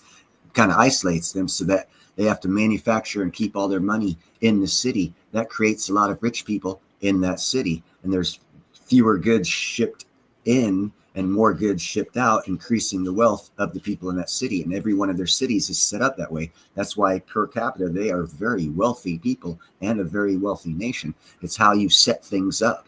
If you nationalize things like they did here in America, where we could have kept it separate, 50 states, where you'd have rich people in each 50 state created from the wealth from that state, we diverted it to a federal government in Washington, D.C. Now all of the money goes straight to Washington, D.C., and all 50 of those states don't matter. Yeah. That's the problem. And that's being disengaged right now. And that is also a problem because people are used to power and control, and it's being taken from them and they don't like it. So they've created problems, and we have to suffer the consequences of others' actions. And that's our fault because over 50 years, we're the ones who voted them in here. It didn't start out as corrupt as it is now, but it did start out a little bit somewhere along the line corrupt. And people didn't fucking do due diligence in the voting because of some reason or another, contentness or whatever. They allowed it to continue and get worse. This is not a creation that happened overnight. It's been ongoing and building for over 50 years, and it goes beyond party affiliation. If you separate it through party affiliation, you are part of their army helping them win because it's beyond that. But if you step back to a long-term picture to see the consequences of the short-term actions that they're being thrown at you, and you'll be like, holy shit, I can't believe I backed that. But they sold us to it that it was this. Had I only seen. How many times in history, had I only seen, has that been an excuse for doing bad things? Had I only seen the truth before I did that? Well, did you look for it? No. Well, there you go. Did you believe it when you saw it? No, because everyone else was making me feel bad. Well, you get what you get then. And that is the time I believe that now is. But at least you explained it, the October to October. That now I understand why all that is coming due down there. With as far as the federal budget goes, yeah. I as a non-financial person giving non-financial advice, know how this works. Each and every federal department makes sure that they spend every bit of money that they were given by Congress. Yeah, of course. Because they always ask for more, even if they don't need it. Yeah. Because the way the system is set up is if they ask for less because they have leftover, it takes 10 times longer to get that back. Because you're never rewarded for saving money. Exactly. The system is set up to be fraud. And that needs to change in the contractual economic agreements of the different agencies of our government. That needs to be changed. And you know who can do that? The government agencies of the departments that are doing it.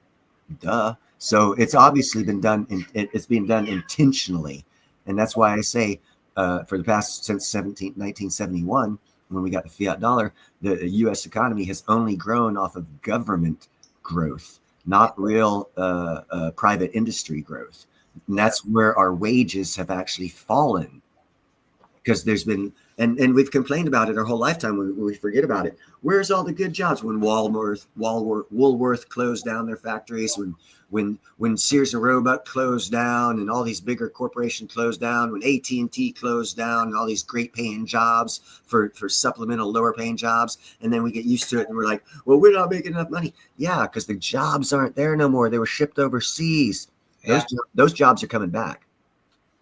That's where Trump says the golden age. Well, yeah, it's coming, because it's going to be a repeat of what it was, because it's a cyclical thing. It's just a different time. It's going to be digitized this time instead of the refrigerator replacing the Iceman and the Milkman. It's going to be another technology that comes along to do the same thing. It's not a world-ending catastrophic event as people are trying to sell it. It's just a natural evolution of economies and world growth. Yeah. Oh, there's always been adjustment, you know. But anyway, I understand what's going on. It should be interesting. Should be a real crazy Thanksgiving for you. We've already had ours, and Christmas. I hope that the people that are watching my show actually look into the things that I talk about to where they could take financial advantage of it. Because my true goal, and I don't care what your personal belief is that you make money off of things I say. Yeah. I'm not in a financial position to do it, but that's not going to stop me from allowing other people to have the information I did research on so that they can benefit off of it. And I think in my shows, I've shown that that's what I do. Yeah. So I hope that that's my hope anyhow. But yeah, it's been going for 2 hours, so I'm going to go ahead and end this. Thank you very much for coming up. Thanks for having me up, Neil, and enjoy the rest of your day. And I hope things will work out for you in the and everything. You know, you get it. What is it saying? Build it, they will come. And it's not easy building it, but if you go through all the motions, it should work out. So hopefully, it will. But anyway, thanks for having me up, and have a good day, chat. I hope everybody has a good weekend and everything else. Catch you later. Talk to you later. I'll probably be doing it live on Sunday. Okay. Bye-bye. All right. Bye-bye. And for everyone here, I appreciate you showing up. Silver, you got my email. And get in touch with me, and I'll talk with everyone later next time I go live. Until then, God bless America, everyone here. Peace out.